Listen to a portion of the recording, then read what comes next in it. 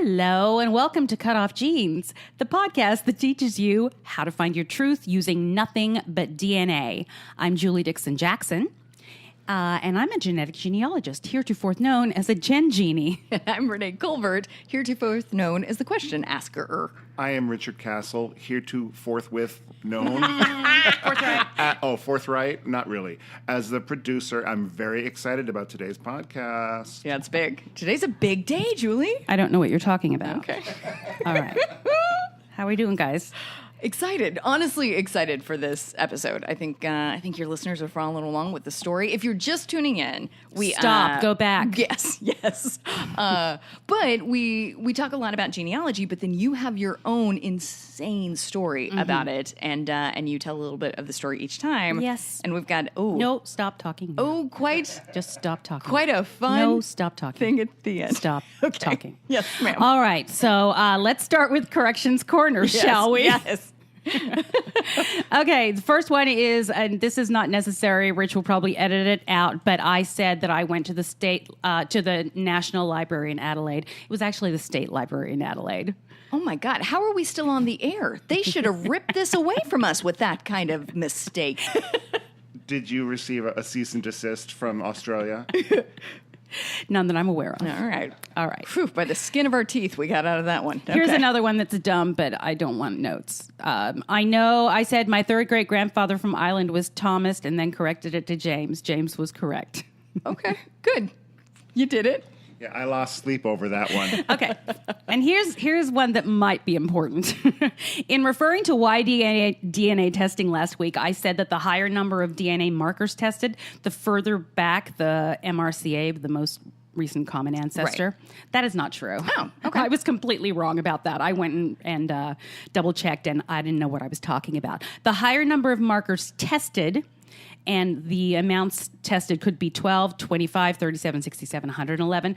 The higher the maximum number of mutations are allowed to be considered a Y match. So the lowest is 0, the next is 2, 4, 7, 10. So that's what that means. And that still, I know, means nothing to most of us, including me. But I just didn't want to misspeak. But a high level of mutations is significant. Right. Well, the more mutations, the less likely to be an exact match with that other Y. Okay. Good. So 1, 2, 3, just 3 corrections? That's it. Not bad. Well, I'm making up for all the times that I said I was perfect. Sure. Right. Yes. I don't know. I think you could still stand by that if you wanted to. All right, fine. Okay, here's some big news. Uh-oh. All right, there it is. 23andMe and GlaxoSmithKline have teamed up. Okay. Yeah. Good. It was about time. I was Yes. just like, why are we playing individually, Hey, kids? come on, guys. Okay, GlaxoSmithKline, a London-based drug giant, is partnering with 23andMe, the San Francisco genetic startup, to develop new medicines. The companies will split costs and profits equally, and Glaxo will make a $300 million investment in 23andMe. The collaboration will last for 4 years. Crazy. Now, normally you surprise me with news, but this time we got to have a little gab this week. Oh, then that's right, We were yes. talking about it. But something that I think you thought was interesting and that I agreed with was that the cost, like they're still charging people to do the DNA test and then they're just getting the benefit of the results. Correct. So you had a really good pitch about how maybe that could be remedied. Okay, so Ann Wojcicki, who is 23andMe's founder, Right. was super excited about it. Yeah. Understandably. And she actually sent an email to all the 23andMe users, including me. And she was talking, and I won't read the whole thing, but basically they're doing it to develop new medicines. Right. Yeah. Which is what is done normally in an educational setting in colleges and what have you. The only issue I have with it is, like you said, these are both for-profit companies, big for-profit companies. Wait, a pharmaceutical company makes money? Yeah, go figure. Huh. Yeah. Okay. Yes. And they are using the DNA that we supply, Right. if we so agree to, Right. To use it for testing or for research. I think so that it doesn't feel quite so underhanded. I like don't that. know. Hugely taken advantage of. That Yes. maybe for people who agree, who opt in to participate in the research, maybe a discount? Yeah. Yes. Maybe some kind of profit sharing extravaganza? Yeah, a little rebate. Yeah. I don't think that's that hard. Good luck with that.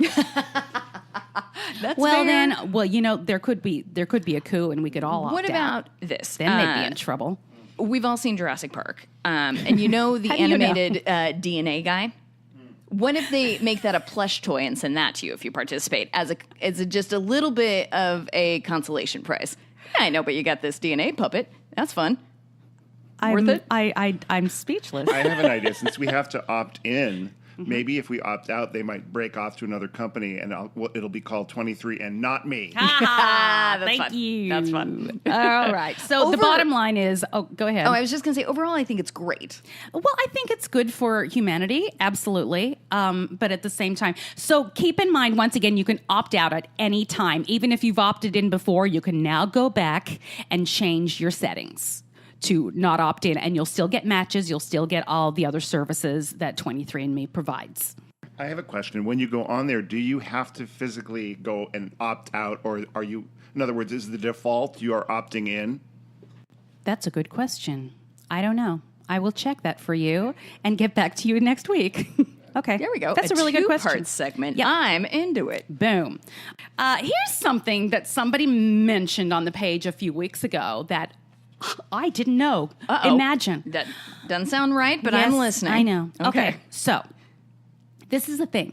When you have an allogenic bone marrow or stem cell transplant, the blood-producing cells in your bone marrow are killed off by radiation or chemotherapy and then replaced with functioning cells from another person.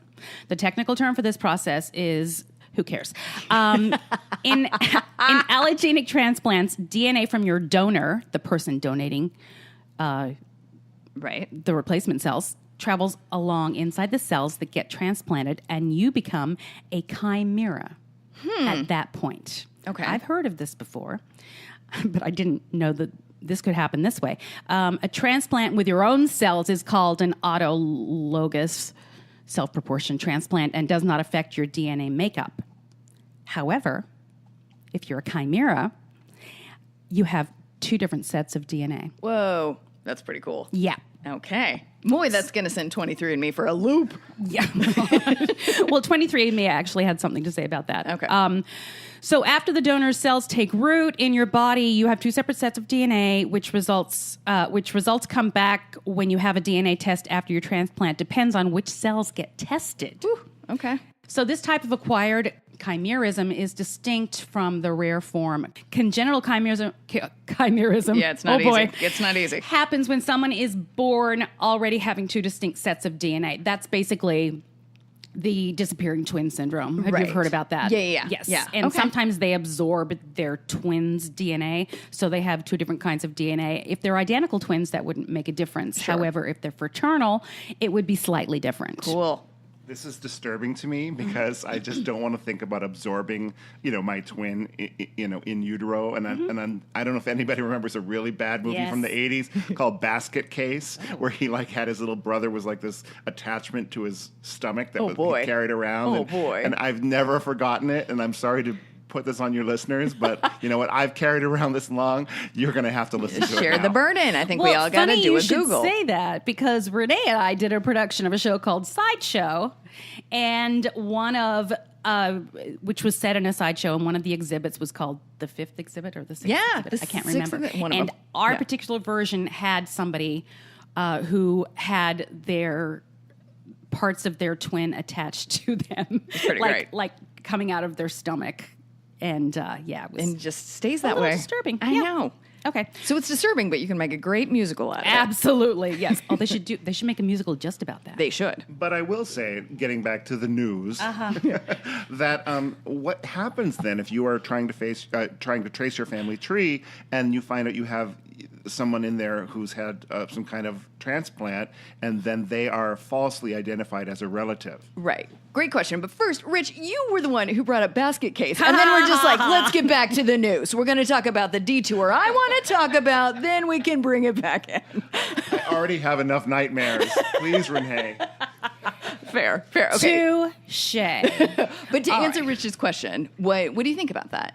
Well, okay, I'll tell you. Here's Okay. what 23andMe has to say about that. If you've received a bone marrow transplant, we cannot recommend that you use 23andMe personal genetic services. Huh. The saliva sample required to receive the 23andMe personal genetic services includes DNA from multiple cell sources, including epithelial cells from your cheeks and mouth and white blood cells from your saliva. As a bone marrow recipient, your blood cells will contain the DNA from your marrow donor, while your epithelial cells contain your own DNA. The combination of DNA sources frequently results in an analysis failure. I love this so much. I Yes. also, before we end the segment, I also love your attitude towards words that are difficult to pronounce. I want to see you in a just spelling say them bee, and over I and want over you to again. leave the stage with, who cares? Who cares? Well, you know, also this must have repercussions when we talk about finding killers and things like that through DNA. Right. That, you know, what if you are falsely identified because you have the DNA of a killer in you? Ooh, that's like The Hand. That's another bad movie. Or Eyes of Laura Mars. Remember that? Oh my God, I love that. I was obsessed with that book. Book. I read the book. I'm a The reader. movie with I'm Faye a reader. Dunaway, Tommy Lee Jones, and a great song called Prisoner, sung by Barbara Streisand. Really? Yes. I didn't know that. You got me. You got me at Barbara Streisand. All right, I'm sold. You guys, I got to get you to trivia. You know it all. Yeah, really. Yeah, More it's than impressive. me, which is saying something. Julie and I are cut from the same cloth. Yes. We both stayed indoors and watched television and movies while all our friends were out playing sports. We were the indoor kids. Paid off, man. All right. So, yeah. I would say, since you asked about that, if somebody has had a stem cell transplant or a bone marrow transplant, I think that is something that they would be made aware of before taking a DNA test. How did that sound? Did you believe that? Yeah, and if you've had a stem cell transplant, don't commit murder. Or do. Or do. Wait a minute. Uh-oh. Oh. Listen, I think you're onto something there. Oh, after that, we need a break to really think about it. Okay, we'll be right back. If you're enjoying Cutoff Genes, please subscribe, rate, and review. Now back to Julie and Renee. And we are back. Phew, I missed you. I was like, I don't know how much longer I can hold out. So I'm Something you glad guys this don't know happened. is when we break, we ignore each other. We all go into separate rooms and kind of regroup, and then we come back. Right. Okay. Julie does a costume change. But I still look like Baby Jane. I won't explain what good that look. means. All right. All right. I look like whatever happened to Baby Jane today. No, she does not. She looks like Shirley Temple, and she said, "No, I'm more like Baby Jane," which is a little self-deprecation, but she actually looks really cute. You look super cute. I'm too old to look like this. All right. So here's a listener question from Debbie Parrott. And Debbie says, in one of your near future podcasts, could you explain how GEDmatch works? You talked a bit about it in one of your earlier podcasts, but I'm still struggling. For example, what is this comparison telling me besides we, the anonymous person, are related through great or 2 times great grandparents? And most importantly, how does this help me with my research? Debbie also said that she thinks I explain things well, and that's why she would like for me to do that. At that. Yes, no, I would also love that. But I agree with Debbie. Judging from the looks on you guys' faces, sometimes I tend to disagree. Well, no, you do. Here's what happens. We'll pull back the curtain. We record this at 11 a.m. And so about the time that my eyes glaze over is also the time where I'm like, you know what it's time for? Snacks. So I think maybe my glaze is more snack-based than confused-based. Okay, I'll buy it. Okay. I'll buy it. Fine. All right. So just to go back a little bit, what I'm going to do is I've decided GEDmatch is this huge database that you upload your raw DNA to. It's a free, publicly funded database. Yeah. Thank you. That has all these different tools, and it's not very pretty, and it has lots of different things that you can do, but is quite scientific. It's quite scientific, and is kind of difficult to wrap your brain around for most people, including myself. Right.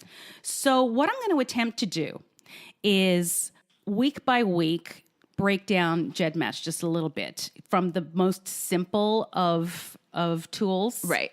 or of uses for it, to the more complicated and the ones that I don't know, in which case I will have to learn and we will learn together. I love this one because I'm going to understand it. And two, because I kind of like a little segment within a segment. Here's a pitch. Can we call it GEDmatch Jamboree? Are you in? Boom. Okay. Okay. Ready? Yes. And now it's time for GEDmatch Jamboree. All right. So here we go. I'm going to break it down little by little. One-to-many matches. Okay. So once you've uploaded your raw DNA to GEDmatch, which I've talked about how to do before, it takes a couple days to fully populate. Right. The first thing you're going to do is look at your one-to-many matches. Okay. So you're going to go to your main page. And on the left-hand side, it says your DNA resources. And under that is your name or whatever your username is and your GEDmatch number, and also the list of other people whose kits you're matching, which I have several. Of course. But if it's just you, it's just going to be the one. Okay. Incidentally, above where it says your DNA resources, there's a heading that says learn more. Oh. And it says stuff like DNA for Dummies, GEDmatch Wiki, several other things that people can Sounds go to. very useful. Yes. Okay. It is. Apparently some people would rather hear me try to do it. So I'm going to do it. But guys, there's so many resources out there. Check YouTube, check Facebook. All right. So on the right-hand side of your page, it says analyze your data. And it says raw DNA data, and then there's a list of things that you can do with that data. At the very top of that list, it says one-to-many matches. Okay. That's what we're going to do today. Okay. Okay. So you're going to click on the one-to-many button, and it'll take you to a comparison page where you'll key in your kit number. For now, choose autosomal, because that's really all they do. And in the box under that, make sure that the number 7 is keyed in. That number is the threshold for the lowest amount of centimorgans that you're interested in seeing. So we're going to take it in baby steps. Yes. Okay. Anything lower than 7 is not useful and is often a false match. Interesting. Okay. So, because some very small matches are sometimes false matches. Okay. Gotcha. Okay. Then you're going to click on and display the results. Now, you have a list of all of your autosomal matches from the highest to the lowest. If you're looking for close family, concentrate on the highest matches at the top. Okay. Obviously. Gotcha. So you go to your highest unknown match. And for instance, all the people on my highest unknown match is about 4 generations back. Whoa, wow. Yeah. Okay. And Kant isn't of much help to me. It wouldn't have been, when I was looking for my biological family. Right. But for the sake of this segment, Sure. I'm going to tell you to go to your highest unknown match and do a one-to-one comparison by going to details and on the grid. Okay. At the top of the grid, and you're going to, underneath details, there's a blue letter A, capital letter A. Okay. And you're going to click on that. All right. That'll take you to a comparison page where it's already automatically keyed in both kits. Wow. Okay, that's good. Yes. That's helpful. What does the A stand for? That's a good question. All right. I'll come up with something. Oh, maybe. Nope. Nope. Yeah, Rich Nope. just chimed in with ancestor, the No. obvious thing that it No, it clearly wouldn't is. make sense because it doesn't have a pretty list sure of it's awesome. ancestors. Pretty sure Awesome. A is It's for awesome. awesome. Auntie Anne? I don't know. We all have an Auntie Anne. Okay, so it's going to take you to the page where it's already keyed into both kits, and then it'll show you a chart of what chromosomes you overlap on and how many. Cool. This is really just to ensure that it's not a false match. Great. Okay. Because It can happen. there are false matches sometimes. Even if they're listed as a match, I've done this before. I've clicked on the A and it says, you don't match at all. Look at that. Okay, so I don't that's know why. how you want to do a little cross check. And that's why GEDmatch tells you before you contact these people, Yeah. do a one-to-one so that Smart. you don't. Yeah, let's circle back around with Yes, exactly. So I happen to be looking at, for the sake of this segment, someone who matches me on chromosome 15 Okay. at 38.5 centimorgans. That's not very high. this. Okay. Especially if you're looking for immediate relatives. So if you're an adoptee or an NPE, doing this is like looking for a needle in a haystack. Yeah. So it's useless, guys, Okay. is what I'm telling you Gotcha. for now. However, if you have a pretty well-researched tree that goes back pretty far and wide, there's a chance you and your match could figure it out. Okay. Now, this particular match is another adoptee that I found her father for her, and her mother was also adopted. So I found her maternal grandparents. It's amazing. As well, using genetic genealogy. So I have both of our trees are pretty hashed out because I was able to find these people for her. Cool. And I do know that her maternal grandmother was an Anderson, and those Andersons went to Michigan from Fife, Scotland. I have ancestors from Fife, Scotland that went to Australia. Okay. So we're going to assume that That's that probably is where it where we started. connect. The Right.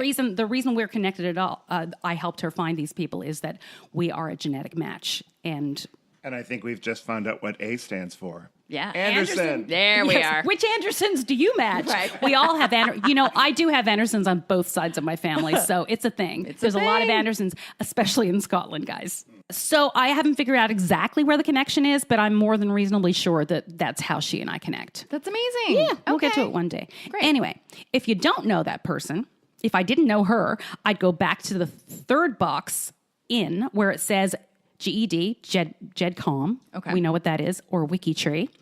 That's and if they've uploaded a tree, it'll tell you in blue right there. And you can click on that, and a bare bones tree will come up, and you can look at the names in their direct line as far back as they've gone. Cool. If that doesn't help you, or if there's no tree at all, you can email them. Oh, look at that. I was That's- just going to say, what's the worst case scenario of if you send a very polite email saying, hey, I'm trying to get to the bottom of this. Right. I might be wrong. You Yes. might just be a stranger that received a weird email, but Which happens. sure. So yeah, that the beauty of GEDmatch is that on their email address is written right next to their match, so you can contact people. Great. Here's a little clue, guys. If you are gonna contact somebody, give them your kit number, because it's hard to find. I just got one the other day saying, "Hey, you match me here." And I think it's this line that we connect on, and I couldn't find that name anywhere. Right. So if they'd just given me, I could have done a one-to-one match if they'd given me the number. If they'd given you the whole kit and caboodle, would that have been better? yeah. Always. It's always better. That's all I have to say about that. Okay, so you're more likely to get a response from GEDmatch users because they've taken the time and effort to upload to GEDmatch. Of course. Which means they're interested in the genealogy part of DNA testing. Cool. So you can ask me if they have a tree anywhere that you can access. All right. You can always invite people to view your trees on Ancestry, even if it's a private tree. Great. Or can they at least provide you with a list of names of their direct ancestors? Then you can take it from there. I love it. So Okay. do a one-to-one match, click on the A, make sure you have enough centimorgans that connect you, and then contact them. Boom. Or just blindly contact them. Or blindly contact them and say, I don't know, I don't understand, help. Perfect. That happens as well. Hey, that was a really good one it? question from Yeah. your listener and two answer. Yes, Nice work. You exhausted? a little bit. You want to take a break? Please? Okay. Okay. Thank you for listening to Cutoff Genes, the new podcast starring Julie Dixon Jackson with Renee Culver. We're back, and it's that time, Renee. Yep. The Epic Odyssey, part 14. I don't know if you heard me at the beginning of the show, but I'm a bit excited for this. All right, All when right. last we spoke, Yes. Sharon and I, my friend from childhood, were getting ready to hit the road to do our road trip back to Victoria and make pit stops to see various relatives, newfound relatives. Great. Fun. What I didn't mention last week is when Malcolm called me Yeah. at 6 o'clock in the morning, the last thing he said was, remember, when you get to Lockard Gorge, that remember that my upstairs furniture was made from the wreckage of the Lockard. Okay. Now, the Lockard was a very famous shipwreck from 1878. Okay. The coast along the Great Ocean Road in Australia is called the Shipwreck Coast. Okay. Coast. Sure. The Coast, shipwreck coast, it's the same thing. Yeah. Sure. And there were numerous shipwrecks there during the 1800s when Australia first colonized. Okay. And this was one of the most famous. But now there is a gorge called Lockard Gorge that is named after that ship because that's where the two survivors came ashore. And it's beautiful. So he told me basically that his furniture upstairs was built from the wreckage of the Lockard Okay. from 1878. We thought that was weird. Yeah. We hit the road. We armed with junk food from my childhood, Twisties, Yeah. which is like Cheetos on steroids. Great. Very Love good. It. Chicken flavored potato chips. Perfect. My favorite, Musk Lifesavers. Musk no. flavored Lifesavers. Julie, no. So good. And these candied bananas that are shaped and flavored like bananas and are the texture of stale Peeps. Yeah, I'm on board for That's that. the best Yeah. way I can explain it. Is it like a circus peanut, but it's in the flavor of a banana? Yes. Yes. I'm on board. I Oh love my it. gosh, Rich that's is the dying. texture. Yeah, I love it. That's a... I hate Peeps, I do too. and I hate circus bananas or circus peanuts. Right. Whatever Circus they are. bananas. No, whatever they are, those like chewy things that you feel like, well, should I be chewing this? Is it? How old is this? So good. Yeah. I think it's a real divisive topic because people don't just kind of like I could take it or leave it. People either hate it or love it. I love it. So the first night we spent in a place called Warrnambool, Okay. which when I called my husband to tell him I was there, he insisted that I just made that name up. Sure. Sharon and I were last there together when we were 13 years old. That's the only time I've ever been there, so it was weird. Fun. To be there once again all these years Right. later. With the same person. Yes. Cool. Yes. Warrnambool is, by the way, it's an Aboriginal word Okay. that means something like the space between two mountains. I don't know. Great. Who cares? I like it. All right. Aussies care. All right. So the reason we stayed in Warrnambool is because my second cousin Barb and great aunt Iris lived just outside of Warrnambool. Cool. Okay. And we decided we were going to go visit them, and they were expecting us. So Aunt Iris is my grandmother's sister, who was 10 years her junior. She's the only sister, and she's one of two siblings that are still surviving. And when we pulled up, there was kind of this remote area. I'm sorry to interrupt Yes. you, Julie, but you're talking about from your adoptive family, correct? No. Oh, these are. Oh, no. I'm not going to tell you about them. Who cares? Well, but because they were from Australia as well. Anyone that I'm going to actually talk about during this are my newfound family on my Biological paternal family. side. So yes, Aunt Iris I'd never met before, or my cousin Barb. When we pulled up, she was standing on the front porch with her walker. She was so gorgeous. So Barb is the historian for the Brandt family. Okay. So she had lots of stuff to look at, and I took pictures of it all, and we talked. She's done a lot of research, less on the internet than I have, but she's done a lot of footwork that was helpful. Cool. Iris told great stories about my grandmother. She'd idolized my grandmother. Yeah. Apparently, Gertrude, their mother, kind of kept them apart because she thought that Arlene was a bit of a wild child. Interesting. So yeah, that's didn't want it to be a bad influence. Okay. Yes. All right. Yes. So they didn't actually really spend a lot of time together when they were younger because of the age difference. Okay. But anyway, it was a lovely visit. And when let's- we got ready to leave, Iris said, "Well, it's been wonderful to reconnect with a piece of my sister. This is a great way to go out." Aw. This is a great way to go out. Yeah. Okay. Just so you know, this was 4 years ago, and she is still very much alive. There we go. So she wasn't going anywhere. Yep. Good, because I pictured her like walking back in and you heard a gunshot. Oh boy, that got dark fast. Wow, that took a turn I didn't expect. Oh my gosh. Okay. So that was my second family reunion from my paternal side. Okay. A few more to go. Ready. Okay. Next up, Tim Boone. Oh yeah. We've heard Malcolm talk about Tim Boone numerous times. I had to go to Tim Boone. Of course. Just to see what was up. Right. So we went to Tim Boone. It was this little sleepy town. We asked anyone who would talk to us if they knew anything about the Tim Boone Motor Company, Ronaldo Ansetti or Red Janset, blah, blah, blah. Right. And they just looked at me like I was speaking another language. Sure. Yeah. Yeah. We actually joked when we left, we said that the town was going to call an emergency meeting that evening to try to ascertain as to why two women were wandering around Yeah, town what asking happened? strange questions. Exactly. Is there a ghost town we don't know about? Yes. What's going on? Yes. Yeah. It was fun. So we stopped that night in a place called Port Fairy, which is the beginning of the Great Ocean Road. Okay. The Great Ocean Road is spectacular, guys. And instead of describing it, I'm going to put pictures on the Facebook Great. page so that you can really see the magnificence of this place. Also, Google it. It's everywhere. Okay. But it's remarkable. So while we were in Port Fairy, we visited the local historical society. Give it one last shot. Of course. And I asked them, of course, if they could imagine any of the Lockhart being salvaged into furniture. And they laughed out loud. Of course is they what did. they did. Yeah, why wouldn't they? Yeah. Yeah. Sure. So that I decided I wasn't going to ask about the Lockhart anymore.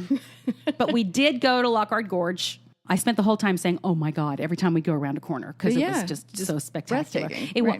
I'd been there as a child, but it didn't have the effect on me, obviously, that it did now. We then went to Geelong, which is just a hop, skip, and a jump from there on the way to Melbourne to visit my cousin Trisha. Trisha is one of the first cousins. She is the cousin that I spoke to that confirmed that I was talking to the right family. Right. All those months ago. And several of her siblings and cousins, these are all Malcolm's first cousins. They joined too, and we had lunch and shared stories and pictures. Sharon at this point had become invaluable because she knew the story so well that she could have conversations with people and relay information and get information from them while I was talking to somebody else. Cool. It was very cool. Yeah, so it was there's very two of helpful. you. Yeah, it was good. She was good. So then after lunch, we had a little meeting. I went to go see my great uncle Stanley, who is the last living brother of my grandmother, and he's in a nursing home. He has Alzheimer's, so it was a very quick visit. He was darling. Trisha said that he was more alert that day than he had been in a long time. Yeah, it's exciting. It's something exciting. Which was sweet. We didn't really know if he understood. Did she tell him who you were? Yes. Okay. Yeah. Yes, she did, and it's not clear whether or not he said yes a lot, but we don't really know. Right. You know, but I'm so happy I got a chance to meet him. So okay. Third reunion down, onward to Melbourne. Sharon and I spent the first couple days, nights in St Kilda. St Kilda is a suburb of Melbourne that's right on the beach, and there's a place called Luna Park there, which is the theme park of my childhood. Fun. It's sold. Yes, it's been around for years. There's one in Sydney too, and the entrance to it is this huge clown face. Great. When the mouth, you walk in through the mouth. It's Great. hideous. I love it. Sounds terrifying. It is terrifying. No, I love it. I wanna go. Yes, it's part of my childhood, and Okay. I love it. So we wandered around Luna Park, and there was a wall there that talked about, because Luna Park is over 100 years old. There was a wall that talked about the history of Luna Park and how it's changed and what have you. Mm-hmm. And Sharon, all of a sudden, said, "Julie, look at this." And she pointed to a picture, and it was of a family standing in front of the backdrop of an airplane on some fake steps. Strikingly like the picture of my parents. Whoa. So it was a little different, like it had been updated or changed. It was from a different year. But I came to the conclusion that they must have been at Luna Park. Yeah. That was what that picture was That's from. where it was from. It was Very cool. cool. I'm going to post that to the Facebook page. Yeah, that's too, awesome. guys, You because figured out where it was from. Yeah, it was really cool. So then we moved to the Melbourne CBD, which is the Central Business District, what we call here downtown. We took a train to Faulkner Cemetery, where a lot of my paternal relatives are buried. Cool. And it's this huge cemetery. And I knew where... I had a map of the general area that it was and the number and what have you, and it took forever to find it. But we finally did, and it was a little bit sad. It was unmarked. It had a surround, a cement surround. Okay. And had been decorative at one point, but there was no name or anything like it. And then next to him was actually more family buried in a completely unmarked grave. And they were stacked one on top of the other. Yeah. That's what they do when families buy plots, because it's much more expensive. Right. Anyway, and then I found out that there was actually a third plot next to that had never been claimed and still belongs to the oldest living relative of that family that none of the family knows about or knew about. So to make it seem a little more hospitable, Sharon and I gathered some daisies and some pebbles. Aw.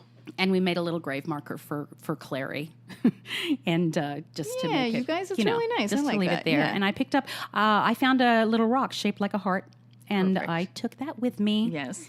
And I still have it. I can't believe you didn't do what I do and take the Glass Plus and clean it like I do for my mother's. There was nothing to clean. Yeah. It's just a stone. As my mother would have said, that's no excuse. Yeah. Okay. So after that, we walked through the town. We went to a place called Orvieto Street, which is where the Campbell family lived for many years. And we actually went to the house that they lived in. Okay. That I had found and was behind a big fence and nobody was there. So I just took a picture and it was a little anticlimactic. We walked to the end of the street and there's a railroad station at the end of the street. Mm-hmm. It's called Merlinston. Okay. Do you remember I had a great aunt named Merlin? Oh, yeah. Yeah. Right. Merlin, and Malcolm had told me that Merlin was named, that the station was named after her. Okay. I don't know why that would be. That's fine. Yeah. What actually happened or transpired was there was a sign right there that said Merlinston and Orvieto, and there was also an extra little description of how Merlinston got that name. Oh, how did it happen? The builder of the station had a daughter named Merlin. Okay. Yeah. Good. Boom. I mean, So- we probably knew that. Yeah, we knew that, but it was nice. I don't know. To It get just- confirmation to be like, oh, Malcolm. Sure. All Okay. right. So after that time, eventually Sharon had to go home to celebrate her parents' 50th wedding anniversary, yeah. I believe. So she was gone, and I was solo from here on out. I spent another week, I think, in Melbourne by myself and had 2 more reunions with new paternal family. Right. One was with Malcolm's cousin Gloria, who lived out a little bit outside the CBD, and I was going to take a train to her, but she sent a car. Ooh, Fancy, Gloria. huh? Fancy. Yeah, it was All very right. fancy. It was nice. It sounds as if this entire family was very welcoming to you. Yes, pretty much. Everybody was very welcoming, except for one. The Okay. final reunion was at the home of another second cousin and lots of extended family. Okay. And so a second cousin, one of his sons, picked me up and took me there, and there were lots of people there. And there was one great aunt. I showed her the tree. She asked me if she could see the tree. Right. And all of a sudden, she kind of turned cold on me and said, "You don't have the right to this information." And and because she was looking at the stuff about the Price murder. Okay. Oh, The Price tragedy. Sure. Yeah. I should say. Yeah, we don't talk about that. Okay. And I said, "Oh, you've been talking to so-and-so." Sure. And she said, "Yes," and she's quite upset. Uh-huh. I said, "Well, let me show you something." Right. So I pointed out to her how this is public record. Right. Right. And how I didn't steal anything from anybody. And if I'm a part of this family, I kind of have a right to have it as much as anybody else. Yeah. I don't know. Yeah. She backed down, Good. actually. She Okay. was, she kind of, Seems like yeah, she was a She little just didn't have intimidating. all I the feel like she's kind of a information. matriarch in the family, and everybody's kind of scared of her. This sounds like a really awkward exchange. Like It was- suddenly, you know, yeah. she sent a car for you, and then suddenly. No, that was the other one. Oh, that was okay. the other cousin. She sent a hearse. Okay. Great. Did Yeah. you set that up just so you could say that? I think so. Okay. Yeah. Wow. It was worth it. Anyway, after I explained that to her, she got a little more. And in fact, she decided that she was going to let me put her picture on the family tree, but she had to choose which picture it was. She was fun. All right. I liked her. So I had what, 5 or 6 reunions? There were many, yeah, many you had a reunions, lot. guys. And obviously other reunions with my adoptive family, my kids from childhood that, but the purpose of the trip was to meet this family. To meet everybody. And As you were going, I was I like, my did. God, that's too many. That's a lot. But Yeah. then I was like, how often do you get to Australia? Well, You yeah, gotta. exactly. That was Right. the purpose of doing it, and Right. I may never get to do it again. Okay. All right. So it was time to go home. I was exhausted, but I felt accomplished. I'd met tons of new family, had reconnected with my adopted family and my Yeah. childhood friends, and it was well worth it. Cool. I arrived home, and the first thing I did was send Malcolm's DNA course, sample, yes, of course, to immediately. 23andMe. And I was anticipating finally being able to use Malcolm's DNA to do my genealogy. Right. Because that, to me, I'm a genetic genealogist. Yeah, let's finish this now. tree. Right. And so I was excited. December 31st, 2014, I got an email. Sure. New Year's Eve. Yes, it was New Year's Eve. It Oh, was kind of boy. like, oh, this is just going to finish off Yep. this year and onto a year, new chapter. me. I know who I am. Yep. Got the email. His results were ready. I logged on and I waited for his list of DNA relatives to populate. And I wasn't on his list. And I thought, well, that's weird. Maybe it hadn't completely populated yet because it had just, So then I went and I went to the DNA comparison view and did a direct 1-to-1 comparison. Right. No match.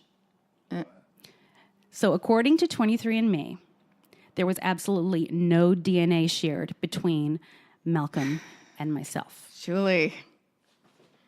How is that possible? I'll tell you next week. No! So guys, how are we doing? Everybody okay? No, we're not okay. Not really. I feel like I just watched the Who Shot JR episode, or JR Gets Shot, and I had to wait the entire summer to find out who did it. And it was Julie. Kristen, by the way. No spoilers. Wait, how did you feel? Were you in disbelief? I would have been in disbelief. I was something in went wrong. disbelief, but at that point, I thought, I figured it was a mistake. Yeah. And so I'm going to talk about it next week. I'll tell you how we got through this part, guys. But We're both dumbfounded. I know. That's insane. I know. Okay. So I have to tell you guys something. When this episode drops, I'm going to be off the grid. So I won't be able to monitor anything on the Facebook page or what have you. I ask you to not provide any spoilers. You can talk about what a shock. You can say anything you want except for why you're saying it, because I don't want to spoil it for people who haven't heard it yet. That's very considerate. Yeah. Okay. So, I like that. Also, off yeah. the grid, you're just going on vacation, right? A little trip? I am retiring to the middle of nowhere.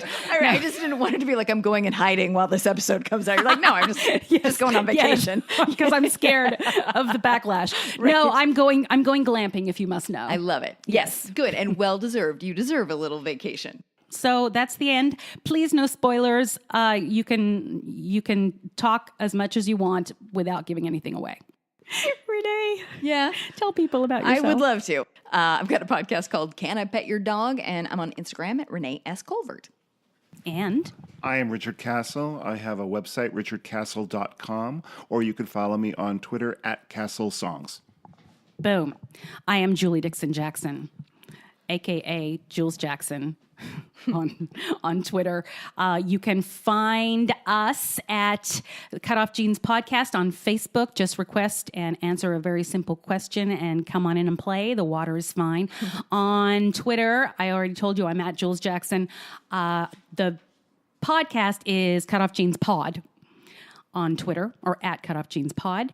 And guess what, guys? I have one more important thing to tell you. You know what that is? What's that? The truth is in your genes.